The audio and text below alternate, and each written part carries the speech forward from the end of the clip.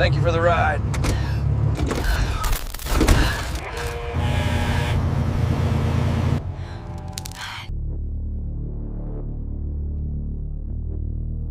I've been hauling freight for 18 years, cross-country routes mostly. I've seen things on empty highways that would make most people quit driving, but I kept going. The money is good and I like the solitude. Last week I was driving from California to Texas, I-40 through Arizona. It was 1:30 a.m. Nothing on the road except my headlights and the occasional deer. Near Flagstaff I saw a hitchhiker, a woman in a red coat. She was standing on the shoulder, thumb out. I usually don't stop, but it was cold, really cold. I pulled over. She ran to the passenger side and climbed in. She was young, maybe 20, with dark hair and pale skin. Her red coat was too thin for the weather. She was shivering. I asked where she was going. East, she said. Anywhere east. I told her I was going to Texas. She nodded. That's fine. She didn't say much after that, just stared out the window. The heater was on full, but the cab felt cold, cold like a freezer. I turned up the heat.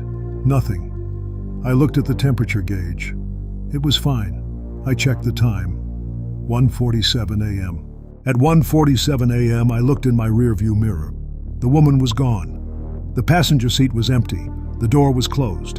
The seatbelt was still buckled. I slammed on the brakes. I stopped on the shoulder and turned on the dome light.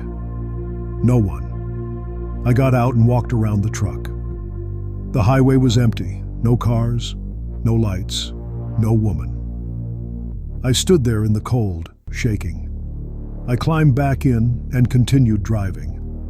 I told myself I had imagined her. Fatigue, long hours, my mind playing tricks. I turned on the radio to distract myself. Static. Every station. Just static. Then the CB radio crackled. A voice, female. Thank you for the ride. I grabbed the mic. Who is this?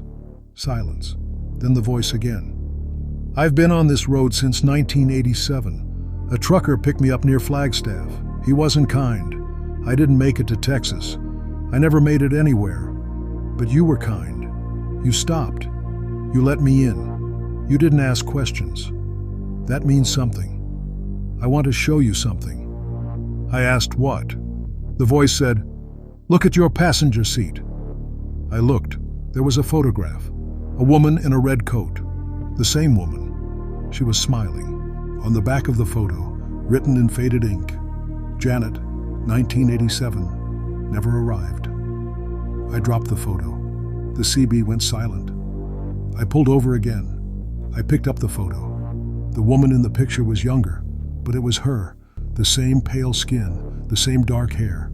She was standing in front of a truck stop. The sign in the background said Route 66. I looked at the date on the back.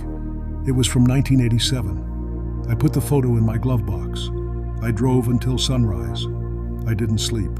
I couldn't. The next day I called my dispatcher. I asked if he knew anything about a woman who disappeared on I-40. He laughed. Every driver asks that. She's a legend. The red coat lady. Truckers have been picking her up for 30 years. She always disappears around Flagstaff. Always at the same time. 1:47 a.m. Some say she's looking for the driver who hurt her. Some say she just wants a ride to Texas. No one knows for sure. But everyone who picks her up sees her again. A week later. A month later. A year later. She always comes back. She always thanks them. Then she disappears again. I asked him if he had ever seen her. He was quiet for a long time. Once, he said, in 1999. I still don't sleep well. I drove to Texas. I unloaded my freight. I picked up another load. I drove back to California. I-40 again. At 1:47 a.m., I passed the same spot near Flagstaff. She was standing on the shoulder. Same red coat, same thumb out. I didn't stop this time. I drove faster. The CB crackled, her voice. Why didn't you stop? I just wanted to say thank you, properly. You gave me hope. No one gives me hope anymore. Please, stop. Just for a minute. I didn't stop. I drove faster. The voice got quieter. I'll find you. I always find the kind ones. I'll find you when you least expect it. I made it to California. I stayed there for 3 days. I didn't drive. I told my boss I was sick. The fourth night, I was sitting in my truck at the yard, eating dinner. 1:47 a.m. A knock on my window. I looked up. The woman in the red coat, standing outside my truck, smiling. I rolled down the window. She said, "You forgot your photo." She handed me the photograph, the one from the glove box.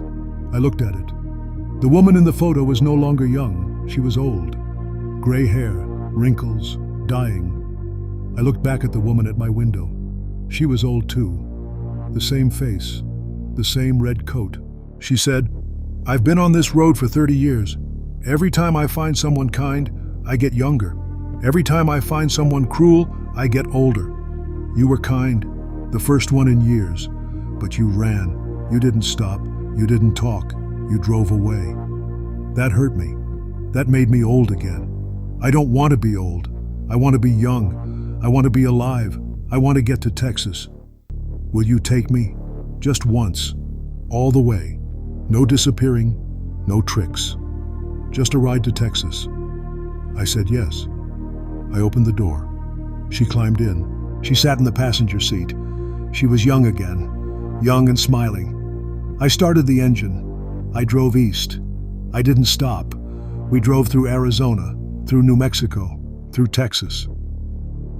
At sunrise, we reached the city limits. She said, "Thank you. You kept your promise.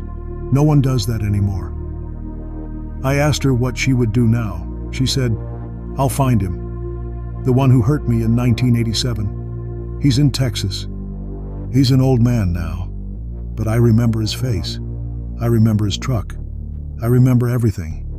I've been waiting 30 years to find him. Now I have the strength, because of you." She got out of the truck. I watched her walk away. She didn't disappear. She walked like a real person, a living person. She turned and waved. I waved back. She walked down the street and disappeared around a corner. I never saw her again. That was a month ago. But last night, I got a phone call. Unknown number. A woman's voice. "I found him. He's gone now. I can rest. Thank you. I'll never forget you. If you ever need help, call this number. I'll answer. I promise." I asked how she had a phone. She said, "I'm alive now. Really alive. Your kindness brought me back. I owe you everything." I hung up. I didn't know what to think. I went to sleep. In the morning, I checked my truck. The photograph was gone. In its place was a note, written in handwriting I recognized. "I'm going to live the life I never had. I'm going to travel. I'm going to see the ocean. I'm going to laugh. I'm going to love. I'm going to be happy. All because you stopped. All because you believed. I owe you. Call me anytime. I'll come. I'll always come. Just say my name.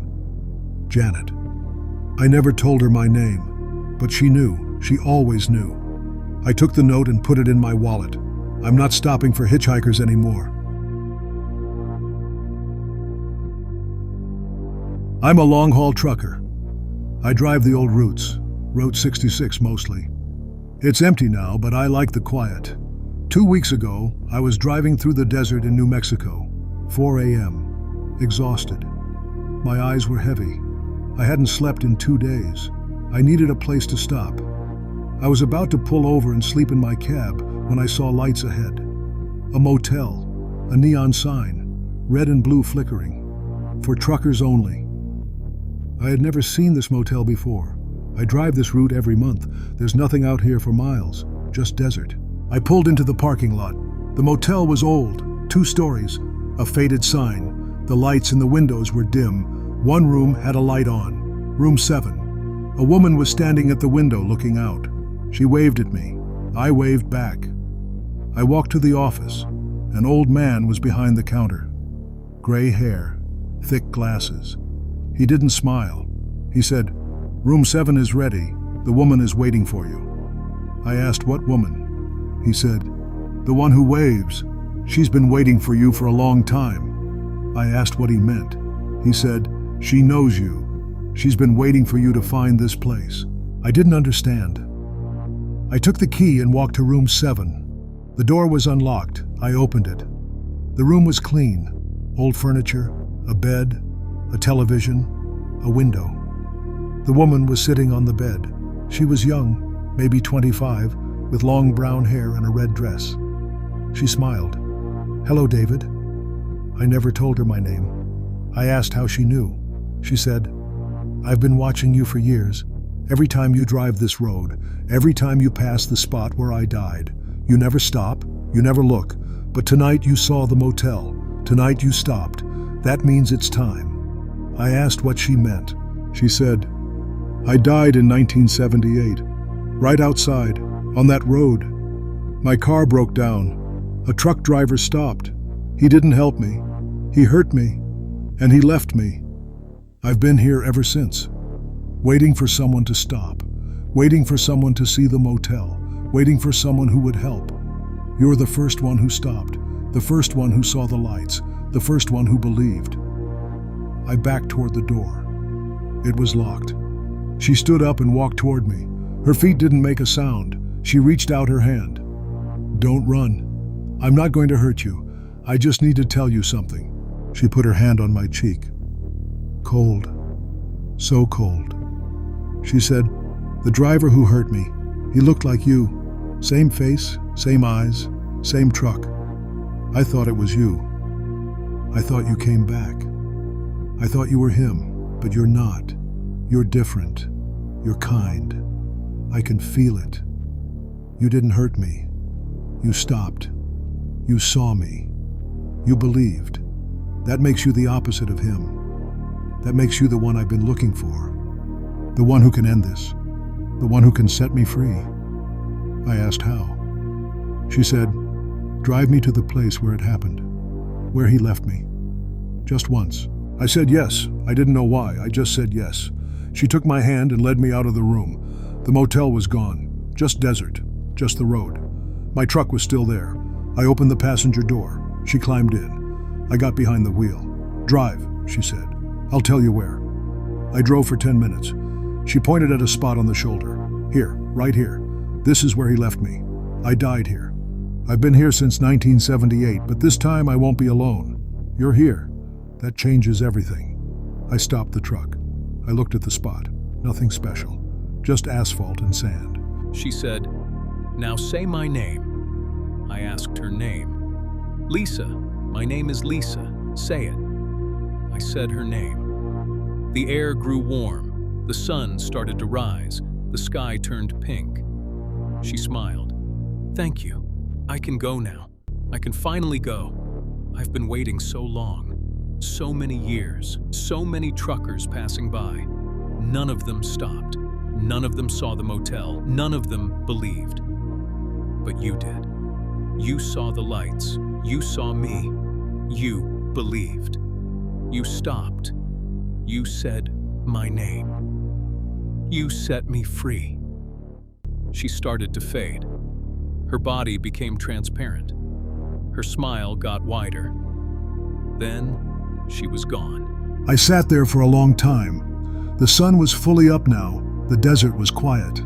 I got out of the truck and walked to the spot where she had pointed. There was a marker, a small cross, faded, half buried in the sand. Next to it, a photograph. A woman in a red dress, young, smiling, the same face. I picked up the photo. On the back, written in pencil, "Lisa, May 14th, 1978, never forgotten." I put the photo in my glove box. I drove away. I didn't stop until I reached California. I told no one. I didn't know what to say. I still don't. Last week I was driving back east. I-40 again, near the same spot. 4:22 a.m. The motel was back, the same neon sign, red and blue. For truckers only. Room 7 had a light on. A woman at the window. But it wasn't Lisa. It was someone else. A man. He waved at me. I pulled over. I walked to the office. The old man was there. He said, "New arrival. He's been waiting for you. He heard what you did for Lisa. He wants the same thing. He wants to go home. Will you help him?" I asked who he was. The old man said, "He's the one who hurt Lisa." I froze. He's been stuck here since 1978. He can't leave. I walked to room 7. The door was open. Inside, a man sat on the bed. Old, gray. His eyes were sad. He said, "I know what you're thinking. I was a monster. I did terrible things. I was drunk. I was angry. I saw Lisa on the side of the road and I did something unforgivable. I've been in this motel for 40 years. Every night, I watch her walk the road. Every night, I try to apologize. She never hears me. She's too stuck. But you helped her. You set her free. Now I need help. I need someone to forgive me, not her. Someone else. Someone who wasn't there." I didn't speak. I just looked at him. He was crying, real tears. He said, "I've been trapped in this motel for 4 decades. I can't eat. I can't sleep. I can't leave. I just wait for someone to see the lights, for someone to stop, for someone who would listen. You're the first one who stopped, the first one who believed.